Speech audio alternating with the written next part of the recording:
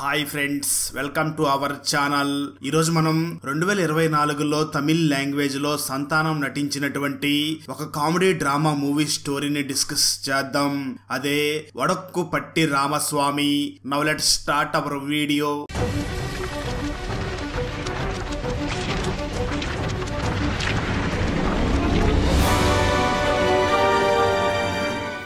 Open చేస్తే 1960 వడక్కుపట్టి అనేది తమిళనాడులో ఉన్న ఒక చిన్న గ్రామం.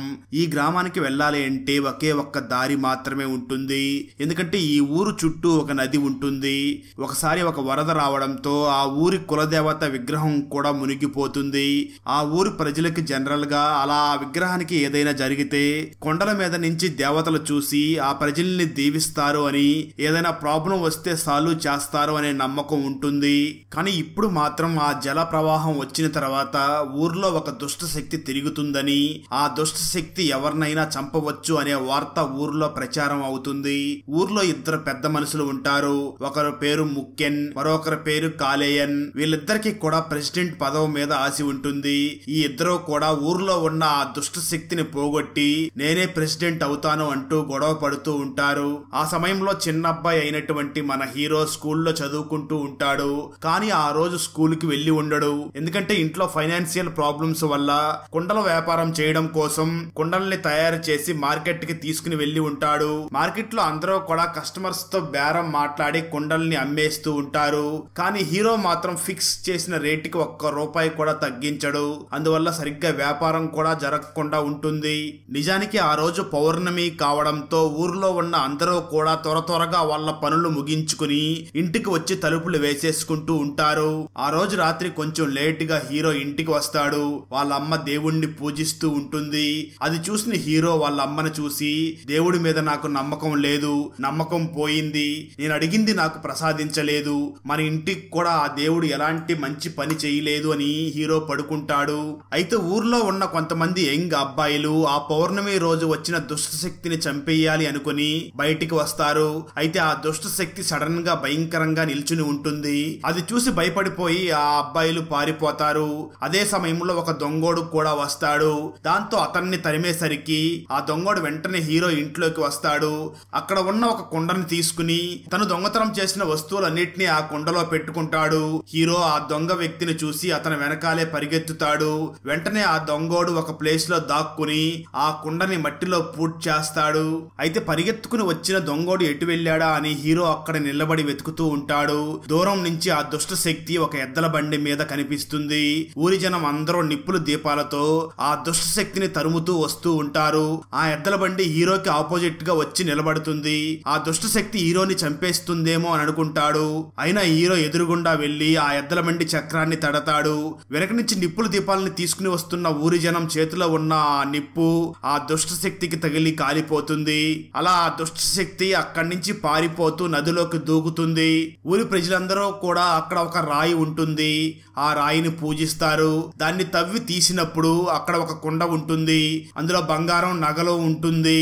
కానీ ఆ వస్తువులన్నీ దొంగవాడివి అన్న సంగతి హీరోకి మాత్రమే తెలుసు. కానీ ఆ ఊరు ప్రజలు మళ్ళీ పూజించడం మొదలు పెడతారు. హీరో ఆ రాయి దగ్గరికి వచ్చి చూసి ఆ కుండను కూడా చూసి ఇది నేను తయారు చేసిన కుండ అని కిందకు వంగి ఆ కుండను తీసుకోబోతూ ఉంటాడు.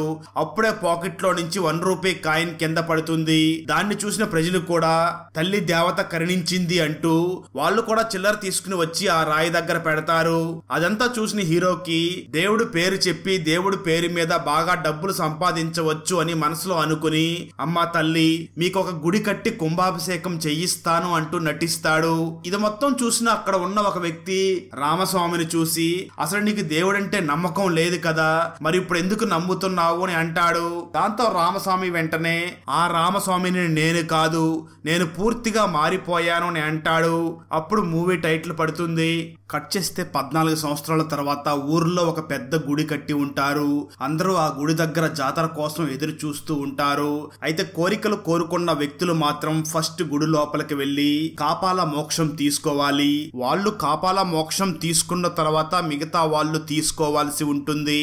అక్కడ మోక్షం ఇచ్చే వ్యక్తి ఎవరో కాదు, మన హీరో. హీరో వచ్చి ఒక్కొక్క కుండను తెచ్చి కోరికలు కోరుకున్న వాళ్ళ తల మీద పగలగొడతాడు. అలా హీరో వాళ్ళని నమ్మించి ఇలాంటి పనులు చేస్తూ ఉంటాడు. ఎందుకంటే ఆ గుడిలో పూజారి హీరో మరియు తన ఫ్రెండే కాబట్టి ఇలా మోసాలన్నీ చేస్తూ ఉంటాడు. అక్కడికి వచ్చి కోరికల్ని కోరుకున్న వారు తమ బాధల్ని డిఫరెంట్ గా చెప్తూ ఉంటారు. ఒకరు నాకు కాలు నొప్పులు బాధ వల్ల నడవలేకపోతున్నాను అని దేవుడికి మొక్కుకున్నాను, నాకు ఇప్పుడు బాగయింది అని అంటాడు. ఆ మాటలు విన్న హీరో షాక్ అయ్యి కాళ్ళు ఎలా బాగయింది అని అంటాడు. అప్పుడు హీరో ఫ్రెండ్ వెంటనే హీరోని చూసి నేను అతని బండిని దేవుడికి కానుగ్గా ఇచ్చి అతన్ని నడిచి వెళ్ళమని చెప్పాను, అలా అతని కాళ్ళు ఇప్పుడు బాగుపడ్డాయి అని చెప్తాడు. అలా హీరో మరియు తన ఫ్రెండ్ ఇద్దరు కూడా జనాల్ని మోసం చేస్తూ కుండల్ని వాళ్ళ తల మీద పగలగొట్టి జాతరని స్టార్ట్ చేస్తారు. తహసీల్దార్ అనే ఒక వ్యక్తి ఆ ఊరికి వచ్చి గుడి దగ్గరికి వస్తాడు. హీరో ఫ్రెండ్ పూల షాప్ పెట్టుకుని ఉంటాడు. బయట నుంచి పూలు గుడిలోకి నాట్ అలౌడ్, ఓన్లీ ఇక్కడ మాత్రమే పూలు కొనాలి అని రూల్ పెట్టి అందరికీ పువ్వుల్ని అమ్ముతూ ఆ పువ్వుల్ని అమ్మేటప్పుడు కూడా ఒక ఫిలాసఫీ చెప్తూ ఉంటాడు. అదేమిటి అంటే అమ్మవారికి పూలు పెట్టిన తర్వాత వాటితో పాటు మీకు ఆకుల్ని ఇస్తారు, వాటిని నీళ్ళల్లో కలుపుకుని తాగితే కొంచెం చేదుగా అనిపిస్తుంది, తర్వాత అందులో కొంచెం షుగర్ వేసుకుంటే తీపిగా ఉంటుంది, మన లైఫ్ కూడా అంతే, చేదు తీపుల కలయిక అని మనం అర్థం చేసుకోవాలి అంటూ రకరకాల కబుర్లు చెప్తూ ఆ పూలమాలల్ని అమ్ముతూ ఉంటాడు. అలా హీరో గుడిలో కామెడీలు చేస్తూ డబ్బులు వసూలు చేస్తూ ఉంటాడు. ఆ తర్వాత రోజు తహసీల్దార్ హీరోని ఆఫీస్ కు వచ్చి కలవమని చెప్తాడు. హీరో తన ఫ్రెండ్ వెళ్తారు. గుడి గురించి మాట్లాడి గుడికి వచ్చి ఆదాయాలన్నిటినీ లెక్క అడుగుతాడు. హీరో తన సొంత ల్యాండ్ లో గుడి కట్టుకుని ఉంటాడు. సో గుడి విషయాల గురించి ఎవరితో డిస్కస్ చేయవలసిన పని నాకు లేదు అని చెప్పి అక్కడి నుంచి బయలుదేరతాడు హీరో.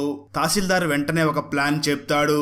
నేను చెప్పినట్లు చేస్తే నువ్వు అనుకున్న దానికన్నా డబుల్ గా సంపాదించవచ్చు అని హీరోకి చెప్తాడు. తహసీల్దార్ హీరోని చూసి గుడి కోసం వచ్చిన డబ్బులు నగలు సంపాదన మొత్తం జాగ్రత్తగా ఉంది, అది ఒక ట్రస్ట్ పేరు మీద ఉంది, ఆ ట్రస్ట్ పేరు మీద వచ్చిన ల్యాండ్స్ అన్నిటిని రెంట్ కి ఇస్తే నెలకి 15,000 వస్తుంది, వాటిలో 5,000 ఊరికి మంచి పనులు చేయడానికి, మిగిలిన 10,000లో 8,000 నాకు 2,000 మీకు అని తహసీల్దార్ హీరోతో బేరం మాట్లాడతాడు. ఇక్కడి నుంచే గొడవలు మొదలవుతాయి. హీరో వెంటనే తహసీల్దార్ ని చూసి మేము 8,000 తీసుకుంటాం, మీరే 2,000 తీసుకోండి అని చెప్తాడు. ఆ తహసీల్దార్ మాత్రం కాంట్రాక్టర్ తో మాట్లాడిన నాకు ఓన్లీ 2,000, ఇదంతా కుదరదు అని అంటాడు. అయితే హీరో వెంటనే తహసీల్దార్ ని చూసి జనాలకి తెలియకుండా చూసుకునే నీకు 2,000 సరిపోతుంది, ఒకవేళ జనాలకి తెలిసినప్పుడు తప్పంతా మా మీదకి నెట్టేసి వెంటనే ట్రాన్స్ఫర్ అయ్యి వేరే ఊరికి వెళ్లిపోయే నీ ప్లాన్ చాలా బాగుంది అని హీరో ఆ తహసీల్దార్ ని ఎగతాళి చేస్తూ మాట్లాడతాడు. దాంతో కోపం తెచ్చుకున్న తహసీల్దార్ నేను చెప్పకుండా మీరేమీ చెయ్యలేరు అని అంటాడు. అయితే హీరో మాత్రం నాకు నీ సహాయం అవసరం లేదు, నేను చూసుకుంటాను అని చెప్పి హీరో అక్కడి నుంచి వెళ్లిపోతాడు. ఆ తర్వాత హీరో వెంటనే ముఖ్యన్ ఇంటికి వస్తాడు. ముఖ్యన్కి ఒక కూతురు ఉంటుంది. ఆ అమ్మాయికి వాళ్ళ రిలేషన్ లోనే ఉన్న ఒక అబ్బాయిని చూసి పెళ్లి చెయ్యాలి అని ప్లాన్ చేస్తారు. కానీ ఆ అమ్మాయికి తన రిలేషన్ లోని అబ్బాయి అంటే అసలు ఇష్టం ఉండదు, కానీ ఫోర్స్ చేసి పెళ్లి చేస్తారు. ఆ తర్వాత హీరో ముఖ్యన్ తో గుడి గురించి మొత్తం చెప్పి కాంట్రాక్ట్ గురించి మాట్లాడతాడు. ఆ తర్వాత హీరో వెంటనే కళ్యాణ్ ఇంటికి వెళ్తాడు. అతనికి ఒక కొడుకు ఉంటాడు. ఆ కొడుకుని కళ్యాణ్ చాలా ఓవర్ కేరింగ్ తో చాలా టార్చర్ చేస్తూ ఉంటాడు. హీరో కళ్యాణ్ ని చూసి కాంట్రాక్ట్ గురించి మాట్లాడతాడు. ఆ తర్వాత హీరో ఇద్దరిని గుడి దగ్గరికి రమ్మని పిలుస్తాడు. అక్కడ కాంట్రాక్ట్ లో సైన్ చేసే సమయంలో కూడా ముందు నేను సైన్ చేస్తానంటే లేదు నేనే సైన్ చేస్తాను అంటూ ఇద్దరు గొడవ పడుతూ ఉంటారు. దాంతో హీరో మీరు తర్వాత గొడవ పడండి, ముందు కాంట్రాక్ట్ మీద సైన్ చెయ్యండి అని వాళ్ళ సంతకాలు చేపిస్తాడు. అప్పుడే అక్కడికి తహసీల్దార్ వస్తాడు. నిజానికి కళ్యాణ్ కి సంతకం పెట్టడం రాదు, కేవలం వేలు ముద్ర మాత్రమే వేయగలడు. అందువల్ల కళ్యాణ్ పెన్ను తీసుకుని తన పొరువు ఎక్కడ పోతుందో అనుకుని తనకు వచ్చింది అక్కడ గీసేస్తాడు. అప్పుడు తహసీల్దార్ ఆ కాంట్రాక్ట్ పేపర్స్ ని చూసి ఈ పైన సంతకం కింద సంతకం ఎవరివి అని అడుగుతాడు. అక్కడే ఉన్న ముఖ్యన్ మనుషులు ఆ కళ్యాణ్ సంతకం ఎప్పుడూ మా కిందే ఉండాలి, వాళ్ళ మనుషులు కూడా ఎప్పుడూ మా కింద ఉన్నట్లే అని అంటాడు. దాంతో ముఖ్యన్ కి మరియు కళ్యాణ్ కి మధ్య మళ్ళీ గొడవ జరుగుతూ ఉంటుంది. దాంతో హీరో వెంటనే వాళ్ళని చూసి దేవుడు కార్యం చేసేటప్పుడు మీ గొడవలు ఏమిటి అని వాళ్ళిద్దరిని అరుస్తాడు. దాంతో వాళ్ళిద్దరూ కూడా సైలెంట్ అవుతారు. అప్పుడు తహసీల్దార్ సైన్ చేసిన పెద్ద మనుషులకి దండలు వేసి అతిథి సత్కారం చేయమని చెప్తాడు. గుడిలోని దేవుడి మెడలో ఒకే ఒక్క దండ ఉంటుంది. మిగతా దండలన్నింటినీ కూడా హీరో ఎక్కువ డబ్బులకి అమ్మేసి ఉంటాడు. అప్పుడు కళ్యాణ్ మరియు ముఖ్యన్ ఇద్దరూ కూడా ఆ దండ నాకు కావాలి అంటూ గొడవ పడుతూ ఉంటారు. హీరో వెంటనే వాళ్ళని చూసి కొత్తగా పెళ్లైన దంపతులు కూడా దండల కోసం ఈ విధంగా గొడవ పడరు అని వెంటనే తహసీల్దార్ మనిషిని చూసి బయటికి వెళ్లి దండ తీసుకురామని చెప్తాడు. అలా బయటికి వెళ్లి ఒక దండ తీసుకుని వచ్చిన తర్వాత కూడా దేవుడి మెడలోని దండ నాకు కావాలి అంటే నాకే కావాలి అని గొడవ పడుతూ ఉంటారు. అదే సమయంలో అక్కడికి కలెక్టర్ వస్తాడు. ఈ గొడవలన్నింటినీ చూసి గుడి తలుపులని మూసేస్తాడు. ఈ గొడవలన్నీ పరిష్కారం అయిన రోజున ఈ గుడి తలుపులు ఓపెన్ చేస్తాను అని చెప్పి కలెక్టర్ వెళ్లిపోతాడు. అలా తహసీల్దార్ కి కాంట్రాక్టర్ హెల్ప్ చేస్తాడు. గుడి మూసి 3 నెలలు గడుస్తుంది. అప్పుడే ఈ సినిమాలో హీరోయిన్ ఆ ఊరికి తిరిగి వస్తుంది. ఆమె చెన్నైలో డాక్టర్ గా వర్క్ చేస్తూ ఉంటుంది. ఊరికి తిరిగి వచ్చినప్పుడు గుడి విషయాల గురించి హీరోయిన్ కి తెలుస్తుంది.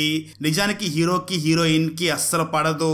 ఒక చోట హీరో తన ఫ్రెండ్ ని కలిసి ఎలాగైనా ఈ గుడిని ఓపెన్ చెయ్యాలి అని మాట్లాడుతూ ఉంటాడు. అదే సమయంలో హీరోయిన్ అక్కడికి వచ్చి మీరు చేసిన గొడవలు చాలవు అన్నట్లు మళ్ళీ ఆ గుడిని ఓపెన్ చేయాలనుకుంటున్నారా అని మాట్లాడుతూ వెంటనే హీరో కళ్ళు ఎర్రగా ఉండడం చూసి ఏంటి పూజారి నీ కళ్ళు అంత ఎర్రగా ఉన్నాయి అని అడుగుతుంది. అప్పుడు హీరో ఓవర్గా స్మోక్ చేస్తే పెదవులు నల్లగా, ఓవర్గా డ్రింక్ చేస్తే కళ్ళు ఎర్రగా మారతాయి అని చెప్తాడు. హీరోయిన్ మాత్రం మద్రాసులో ఒక వ్యాధి స్పీడ్ గా స్ప్రెడ్ అవుతుంది, ఒకవేళ ఆ వ్యాధి నీకు వచ్చిందేమో అని డౌట్ గా అడిగాను అని అంటుంది హీరోయిన్. ఆ రోజు రాత్రి అందరూ మందు తాగుతూ ఉంటారు. అలా మందు తాగుతూ ఒక కథ చెప్తారు. ఇది 1970లో జరిగిన కథ. అప్పట్లో ఇన్ని బ్రాండ్స్ మందులు దొరికేటివి కావు. ఊర్లో అందరూ కూడా సారాయే తాగేవారు అనుకుంటూ ఉంటారు. స్టోరీ గతానికి వెళ్తుంది. మునుస్వామి అనే ఒక కళ్ళు లేని వ్యక్తి మందు తాగుతున్న ఏరియాలో నుంచి నడుచుకుంటూ వెళ్తూ ఉంటాడు. అక్కడ మందు తాగుతున్న ఒక వ్యక్తి మునుస్వామిని చూసి మందు తాగుతావా అని అడుగుతాడు. వెంటనే మునుస్వామి నేను అమ్మవారి గుడిలో మందు తాగాను, అందుకే నా కళ్ళు పోయాయి, మీరు కూడా అమ్మవారి గుడిలో మందు తాగవద్దు అని చెప్పి అక్కడి నుంచి వెళ్లిపోతాడు. కానీ నిజానికి మునుస్వామి పక్క ఊరు నుంచి చీప్ లిక్కర్ తెచ్చుకుని తాగి ఉంటాడు. అందువల్ల తన కళ్ళు పోయాయి అన్న సంగతి హీరోకి మరియు తన గ్యాంగ్ కి మాత్రమే తెలిసి ఉంటుంది. స్టోరీ ప్రెజెంట్ కి వస్తుంది. హీరోయిన్ తిరిగి చెన్నైకి వెళ్లేటప్పుడు హీరో మరియు తన ఫ్రెండ్ కూడా హీరోయిన్ తో కలిసి ట్రావెల్ చేయడానికి వస్తారు. మీరు ఎక్కడికి వెళ్తున్నారు అని అడగ్గా మేము జీవనోపాధి కోసం వెళ్తున్నాము అని హీరో హీరోయిన్ తో చెప్తాడు. అలా వెళ్లే దారిలో మద్రాస్ ఐ వ్యాధి గురించి హీరోయిన్ చెప్పినప్పుడు మేము స్పెట్స్ వేసుకుని అవాయిడ్ చేస్తాము అని హీరో మేనేజ్ చేస్తాడు. ఇప్పుడు హీరో ప్లాన్ ఏమిటి అంటే ఈ మద్రాస్ ఐ వ్యాధిని తన ఫ్రెండ్ కి సోకిన తర్వాత తన ఫ్రెండ్ ని తిరిగి ఊరికి తీసుకుని వచ్చి కళ్యాణ్ కి మరియు ముఖ్యన్ కి అంటించి వాళ్ళ కళ్ళు పోగొట్టాలి. ఆ విధంగా చేస్తే గొడవలో జరగవు, అలా గుడి తలుపులు ఓపెన్ చెయ్యాలి అని ప్లాన్ చేస్తాడు హీరో. ఆ తర్వాత హీరో మరియు తన ఫ్రెండ్ మద్రాస్ ఐ వ్యాధి గురించి తెలుసుకోవడం కోసం గవర్నమెంట్ హాస్పిటల్ కి వెళ్తారు. ఆ హాస్పిటల్ వాళ్ళు మద్రాస్ ఐ వచ్చిన వారిని హాస్పిటల్లో చేర్చుకోవడం లేదు, కేవలం మెడిసిన్స్ ఇచ్చి పంపించేస్తున్నామని చెప్తారు. ఆ మాటలు విన్న హీరో మరియు తన ఫ్రెండ్ షాక్ అవుతారు. హీరో గ్యాంగ్ లో ఒక పూజారి అనే ఒక వ్యక్తి కూడా ఉంటాడు. ఆ హాస్పిటల్లోనే హీరోయిన్ కూడా వర్క్ చేస్తూ ఉంటుంది. ఎలాగైనా హీరోయిన్ కి ఆ పూజారికి ఎవరికీ తెలియకుండా ఆ మద్రాస్ ఐ వ్యాధిని పూజారికి సోకేలాగా చెయ్యాలి అని హీరో మరియు తన ఫ్రెండ్ ప్లాన్ వేస్తారు. అప్పుడు పూజారి పొట్ట మీద హీరో గట్టిగా గుద్ది ఏడుస్తున్నట్లుగా యాక్టింగ్ చేసి ఆ పూజారిని హాస్పిటల్లో అడ్మిట్ అయ్యేలాగా చేస్తాడు. అక్కడే హీరో అనుకోకుండా హీరోయిన్ రూమ్ లో చిక్కుకుంటాడు. అప్పుడే హీరోకి హీరోయిన్ ని కలవడానికి ఒక మేజర్ వస్తున్నాడు అని తెలుస్తుంది. ఆ విషయం తెలుసుకున్న హీరో సంబంధం లేకుండా ఎంట్రీ ఇస్తున్న ఈ క్యారెక్టర్ ఎవరో అని వెంటనే బయటికి చూస్తాడు. అప్పుడే ఒక మేజర్ అక్కడికి వస్తూ ఉండడం చూసి ఇతని నాలెడ్జ్ కి ఇతను ఆర్మీ జనరల్ అసలు సంబంధం లేదు అని అనుకుంటాడు. అలా ఆ మేజర్ హాస్పిటల్ దగ్గరికి వచ్చినప్పుడు కరెక్ట్ గా మేజర్ దిగాలి అనుకున్న ప్లేస్ లో డ్రైవర్ ఆపలేదు అని డ్రైవర్ ని చూసి నేను ఇక్కడ దిగాలనుకున్నాను, కరెక్ట్ గా నేను దిగాలనుకున్న చోట నువ్వు ఆపలేదు అని ఆ డ్రైవర్ ని పనిష్మెంట్ చేస్తాడు మేజర్. అలాగే మేజర్ హాస్పిటల్ లోపలికి వెళుతూ ఉంటాడు. ఆ సమయంలో ఒక వ్యక్తి మేజర్ కి సెల్యూట్ చేస్తాడు. అయితే ఆ సెల్యూట్ సరిగ్గా చేయలేదు అని మేజర్ అతన్ని 2 రోజుల వరకు ఇలాగే సెల్యూట్ చేస్తూ ఉండమని తనకు కూడా పనిష్మెంట్ ఇచ్చి అక్కడి నుంచి హాస్పిటల్ లోపలికి వెళ్తాడు. ఆ మేజర్ లోపల ఉన్న హీరోయిన్ ని చూస్తాడు. మేజర్ కి మద్రాస్ ఐ వ్యాధి సోకి ఉంటుంది. ఈ మేజర్ కే మద్రాస్ లో చివరగా ఆ మద్రాస్ ఐ వ్యాధి సోకి ఉంటుంది. ఆ తర్వాత హీరో మరియు తన ఫ్రెండ్ పూజారిని తీసుకుని మేజర్ ఇంటికి వెళ్తారు. కానీ అక్కడ సెక్యూరిటీ చాలా ఎక్కువగా ఉంటుంది. లోపలికి ఎలా వెళ్ళాలి అని ప్లాన్ చేస్తూ ఉంటారు. కానీ అక్కడ ఉన్న సెక్యూరిటీ అందరూ కూడా సరిగ్గా డ్యూటీ చేయకుండా ఒకళ్ళు తాగుతూ ఇంకొకరిలో దొర్లుతూ మరి కొంతమంది నిద్రపోతూ ఉన్న సమయంలో హీరో లోపలికి వెళ్ళిపోతాడు. లోపలికి వెళ్ళిన హీరో సెకండ్ స్టాండర్డ్ పిల్లవాడిలాగా అక్కడ కాలింగ్ బెల్ ని కొట్టి పక్కకి వెళ్లి దాక్కుంటాడు. మేజర్ వెంటనే డోర్ ని ఓపెన్ చేస్తాడు.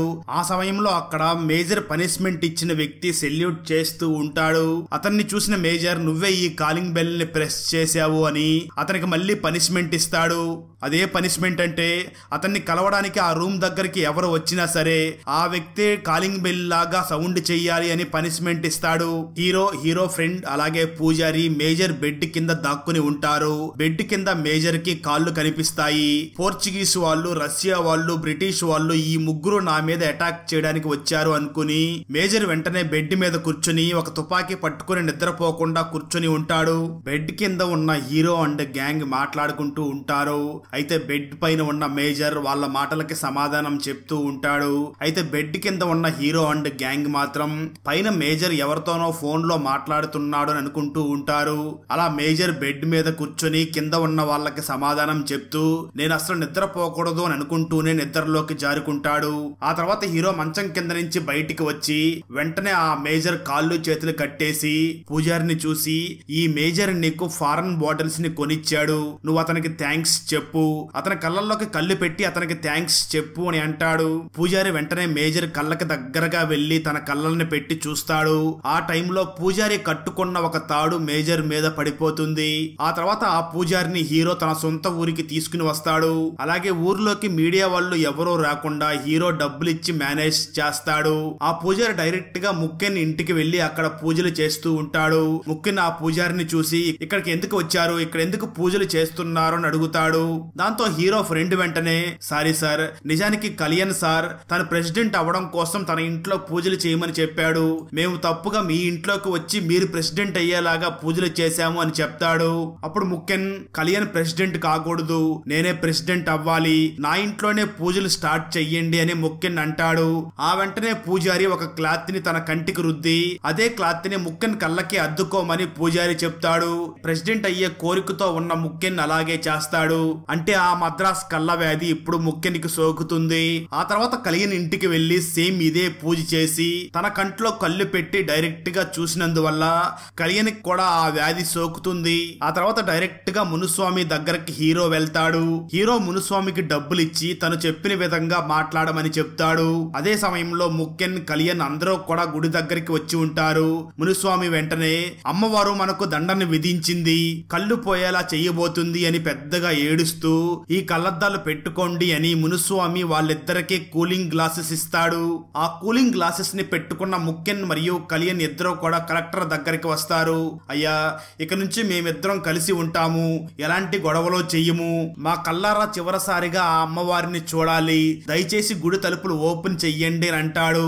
అయితే తహసీల్దార్ మాత్రం మధ్యలో ఇన్వాల్వ్ అయ్యి ఎలాగైనా ఆ గుడి తలుపులు ఓపెన్ చేయకుండా ఉండడం కోసమే ప్రయత్నిస్తాడు. కానీ హీరో ప్లాన్ చేసి తహసీల్దార్ ని బయటికి పంపించేలాగా చేస్తాడు. అప్పుడు కలెక్టర్ ఆ ఇద్దరిని చూసి సరే 1 month లో ఆ గుడిని ఓపెన్ చేద్దామని చెప్తాడు.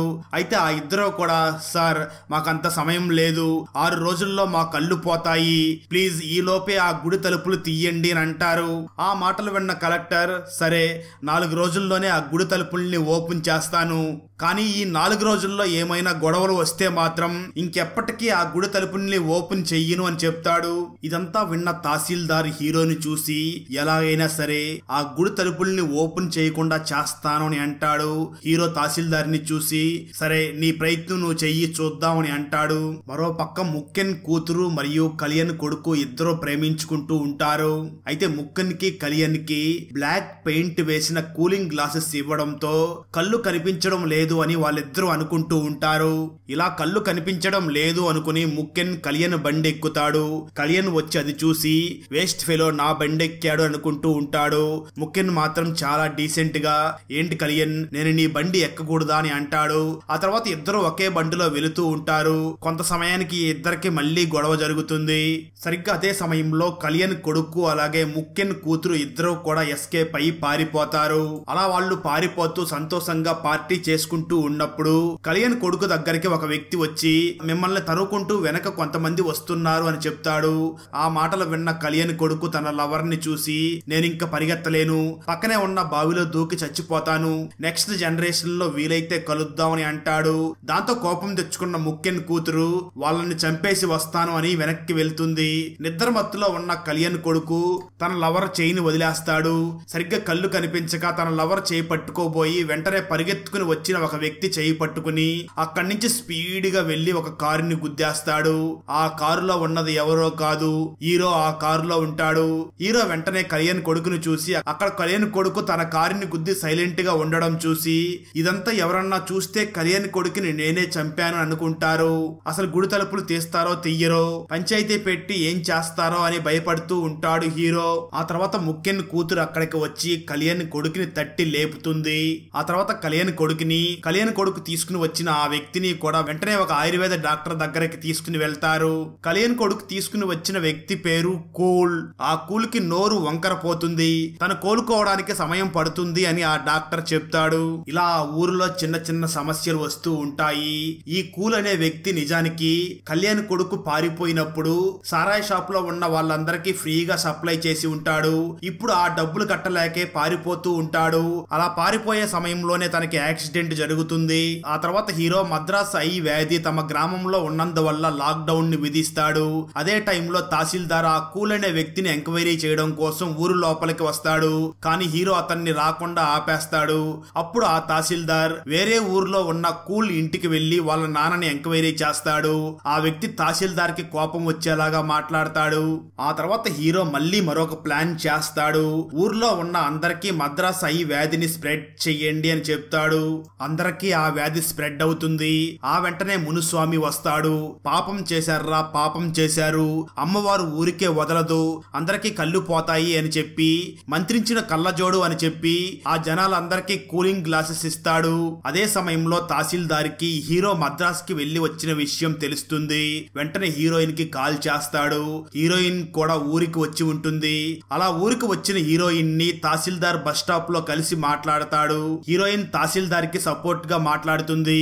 తహసీల్దార్ వెంటనే హీరోయిన్ ని చూసి ఊర్లోకి పోలీసులు రాకూడదు అని చెప్పారు, ఏదైనా సమస్య ఉంటే మాత్రమే పోలీసులు ఊర్లోకి రాగలరు, అందువల్ల నువ్వు ఊర్లో ఏదైనా సమస్యని క్రియేట్ చెయ్యి, దానివల్ల నేను పోలీసులతో పాటు ఊర్లోకి వస్తాను. అదే విధంగా ఊర్లో ఉన్న ప్రజలందరికీ ఆ మద్రాస్ ఐ వ్యాధి గురించి చెప్పి వాళ్ళకి ట్రీట్మెంట్ చెయ్యి అని చెప్తాడు. ఆ మాటలు విన్న హీరోయిన్ నేను ఇదంతా చూసుకుంటాను అని చెప్తుంది. అప్పుడు తహసీల్దార్ వెంటనే హీరోయిన్ కి ఒక వాకీ టాకీనిచ్చి ఎమర్జెన్సీ టైంలో దీన్ని ఆన్ చెయ్యి అని చెప్తాడు. ఆ తర్వాత హీరోయిన్ ఊరిలోకి వెళ్లి అందరినీ కలిసి ఆ మద్రాస్ ఐ వ్యాధి గురించి వివరించి వాళ్ళందరినీ కూడా మెడిసిన్స్ తీసుకోమని తన మెడికల్ కిట్ ని తీసుకుని వెళ్తుంది. అయితే ఆ మెడికల్ కిట్ మీద ఉన్న ప్లస్ సింబల్ ని చూసి మత మార్పిడి కోసం వచ్చింది అనుకుని మేము మా అమ్మవారినే పూజిస్తాము అని చెప్పి వెళ్లిపోతారు. అదే సమయంలో మేజర్ చెన్నై నుంచి వడక్కు పట్టీకి వస్తాడు. తను ఆ ఊరికి వచ్చే సమయానికి రాత్రి అవుతుంది. హీరోయిన్ తహసీల్దార్ కి కాల్ చేసి నేను ఈ ప్రజలందరికీ చెప్పలేకపోతున్నాను, సో ఒక ప్లాన్ చేశాను. అదేమిటి అంటే ముఖ్యన్ కూతుర్ని అలాగే కళ్యాణ్ కొడుకుని కిడ్నాప్ చేస్తే ఈ రెండు గ్యాంగులు కొట్టుకుంటారు, వాళ్ళిద్దరూ ఎస్కేప్ అయ్యారు అని చెప్పవచ్చు. మీరు ఆ విధంగా ఊర్లోకి రావచ్చు, ఆ తర్వాత మద్రాస్ ఐకి ట్రీట్మెంట్ చేయవచ్చు అని చెప్తుంది. ఆ తర్వాత తహసీల్దార్ వెంటనే తన పిఏకి చెప్పి ఒక గ్యాంగ్ ని రెడీ చేయమని చెప్తాడు. దాంతో తహసీల్దార్ పిఏ వెంటనే వెళ్లి ఒక గుండు గ్యాంగ్ ని కలుస్తాడు. దాంతో వాళ్ళు తన పిఏని చూసి మేము ఇదంతా చూసుకుంటాము, ఆ ఊర్లోకి వెళ్ళాలి అంటే రోడ్డు మీద జనాలు ఉన్నారు, సో ఆ నదిలో నుంచి వెళ్ళాలి అని అనుకుంటారు. అప్పుడు తహసీల్దార్ పిఏ వెంటనే ఆ గుండు వ్యక్తిని చూసి ఇక్కడ లోతు ఎంతో ఉండదు, మోకాళ్ళ లోతు మాత్రమే ఉంటుంది అని అంటాడు. కానీ ఆ నదిలోకి దిగిన కొంతమంది కొట్టుకుని పోతారు. అదే సమయంలో మరో పక్క హీరోయిన్ హీరో ఇంటికి వెళ్లి హీరో బయటికి వెళ్లకుండా ఆపడం కోసం హీరోని చూసి చిన్నప్పటి నుంచి నేను నిన్ను ప్రేమిస్తున్నాను అని అంటుంది. కళ్యాణ్ ఇల్లు అలాగే ముఖ్యన్ ఇల్లు ఆపోజిట్ సైడ్స్ లో ఉంటాయి. అక్కడ హీరో ఫ్రెండ్స్ మరియు అలాగే పూజారి కూడా కాపలా ఉంటారు. అక్కడికే మునుస్వామి మందు కోసం వాళ్ళ దగ్గరికి వస్తాడు. నిజానికి 2 రోజుల క్రితం హీరో కుంభాభిషేకం అయిపోయిన తర్వాత ముక్కన్ కూతురికి అలాగే కళ్యాణ్ కొడుక్కి ఇద్దరికి పెళ్లి చేస్తాను అని చెప్పి ఉంటాడు. కానీ అది వినకుండా వాళ్ళిద్దరూ ఎస్కేప్ అవుతారు. మరో పక్క ఆ గుండు గ్యాంగ్ నది దాటి ఆ వడక్ పట్టి గ్రామం ఒడ్డుకి చేరుకుంటారు. అక్కడే మేజర్ కూడా ఉంటాడు. ఆ మేజర్ గుండు గ్యాంగ్ ని చూసి ఆ గ్రామంలోకి వెళ్ళడానికి ప్రయత్నించకండి, నేను తయారు చేసిన బాంబుల్ని అక్కడ పెట్టాను అని చెప్తాడు.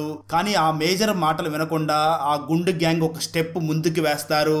దాంతో ఒక బాంబు పేలుతుంది. ఆ తర్వాత మరొక స్టెప్ ముందుకు వేయగానే మరొక బాంబు పేలుతుంది.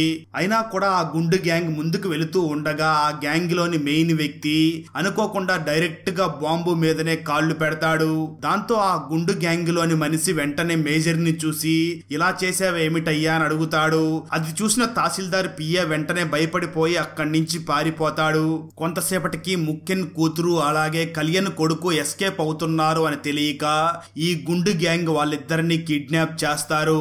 మరోపక్క అదే సమయంలో మేజర్ కళ్ళు కనిపించని మునుస్వామిని పిలిచి పూజారి ఫోటోని చూపించి ఇతన్ని ఎక్కడైనా చూసావా అని అడుగుతాడు. అప్పుడు మునుస్వామి వెంటనే డైరెక్ట్ గా కళ్యాణ్ ఇంటి దగ్గరికి తీసుకుని వెళ్తాడు మేజర్ ని. అప్పుడు కళ్యాణ్ కి నిజం మొత్తం తెలిసిపోతుంది. సరిగ్గా అదే సమయంలో ముఖ్యన్ కూతురు మరియు కళ్యాణ్ కొడుకు గుండు గ్యాంగ్ నుంచి తప్పించుకుని పారిపోతూ ఒక చోట వెళ్లి నిల్చుంటారు. వాళ్ళ చుట్టూ బాంబులు ఉంటాయి. అక్కడికి గుండు గ్యాంగ్ వస్తుంది. అలాగే హీరో కూడా వాళ్ళని వెతుక్కుంటూ అక్కడికి వస్తాడు. అప్పుడు గుండు గ్యాంగ్ లోని ఒక వ్యక్తి హీరోని చూసి మనలో ఎవరైతే ముందు వెళ్లి ఆ ఇద్దరిని పట్టుకుంటారో ఆ ఇద్దరు కూడా వాళ్ళకే చెందుతారు అని అంటాడు. దాంతో హీరో చాలా జాగ్రత్తగా బాంబుల మీద కాలు వేయకుండా వచ్చి వాళ్ళిద్దరిని పట్టుకుంటాడు. అయితే గుండు గ్యాంగ్ లో ఒక వ్యక్తి బాంబు మీద కాలు వేస్తాడు. మరోపక్క ముఖ్యన్ ఇంట్లో ఒక సంఘటన జరుగుతుంది. అదేమిటి అంటే ముఖ్యన్ కూతురు బాగా డాన్స్ వేస్తుంది. దాంతో ఆమెను రోజు డాన్స్ చేయమని చెప్పి ఉంటాడు. అయితే ఇప్పుడు మాత్రం పూజారి ఆమె ప్లేస్ లో గజ్జలు కట్టుకుని డాన్స్ చేస్తూ ఉంటాడు. ఆ సౌండ్ విన్న ముఖ్యన్ తన కూతురు ఇంట్లోనే డాన్స్ చేస్తుంది అని అనుకుంటూ ఉంటాడు. సరిగ్గా అదే సమయంలో కళ్యాణ్ అక్కడికి వచ్చి నిజాలన్నీ కూడా ముఖ్యన్కి చెప్తాడు. మరోపక్క తహసీల్దార్ తప్పించుకుని పోయిన ఆ జంటని పట్టుకుంటాడు. అదే సమయంలో హీరోయిన్ కి తహసీల్దార్ ఐడియా మొత్తం అర్థమవుతుంది. వెంటనే హీరోని వచ్చి హీరోయిన్ కలుస్తుంది. ఆ తర్వాత ఊర్లోని వారందరూ కూడా మొదట్లో హీరోకి దొరికిన కుండని పూజిస్తూ ఉంటారు.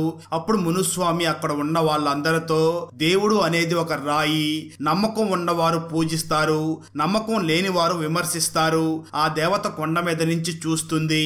నిజం చెప్పాలంటే గుడి మూసిన తర్వాతనే ఊర్లో ఈ కష్టాలన్నీ రావడం మొదలయ్యాయి అని చెప్తాడు. అప్పుడు హీరో ఒక ప్లాన్ వేస్తాడు. వెంటనే హీరోయిన్ ని అలాగే పూజారిని చూసి మీరు ఊర్లోకి వెళ్లి హీరో గుడి దగ్గర వస్తువులన్నిటిని దొంగతనం చేసి తీసుకుని వెళ్లిపోతున్నాడు అని చెప్పమని చెప్తాడు. ఈ విషయం తెలిసి జనమంతా కూడా హీరోని తరుముకుంటూ వస్తారు. అదే టైంలో హీరో గుడి వెనక నుంచి పరిగెత్తుకుని వస్తాడు. గుడి దగ్గర ఉన్న జ్యోతి హీరోకి తగిలి హీరోకి బాగా మంటలు అంటుకుంటాయి. అది చూసిన ప్రజలు అమ్మవారే మనల్ని కాపాడింది అని అనుకుంటారు. తహసీల్దార్కి డౌట్ వచ్చి గుడి దగ్గరికి వచ్చి హీరో ఫ్రెండ్ ని పట్టుకుంటాడు. హీరో చుట్టూ గ్రామస్తులందరూ కూడా నిప్పంటించిన కర్రలతో నిలబడి ఉంటారు. ఆ సమయంలో నిప్పులు అంటుకుని ఉన్న హీరో ఆ నదిలోకి దూకి అక్కడి నుంచి తప్పించుకుని వెళ్లిపోతాడు. జనాలందరూ కూడా ఆ దుష్ట శక్తి మన ఊరిని వదిలిపెట్టి వెళ్లిపోయింది, దానికి కారణం ఈ గుడిలో ఉన్న అమ్మవారే అని మళ్ళీ ఆ గుడిని ఓపెన్ చేసి కుంభాభిషేకం చేస్తారు. దాంతో హీరోయిన్, హీరో ఫ్రెండ్ అలాగే పూజారి ముగ్గురు కలిసి హీరోకి ఏమైందో అని అనుకుంటూ బాధపడుతూ ఉంటారు. ఆ ఊరికి ఆపోజిట్ సైడ్ లో టెక్కుపట్టి అనే ఒక ఊరు ఉంటుంది. అది ఒక అడవి ప్రాంతం.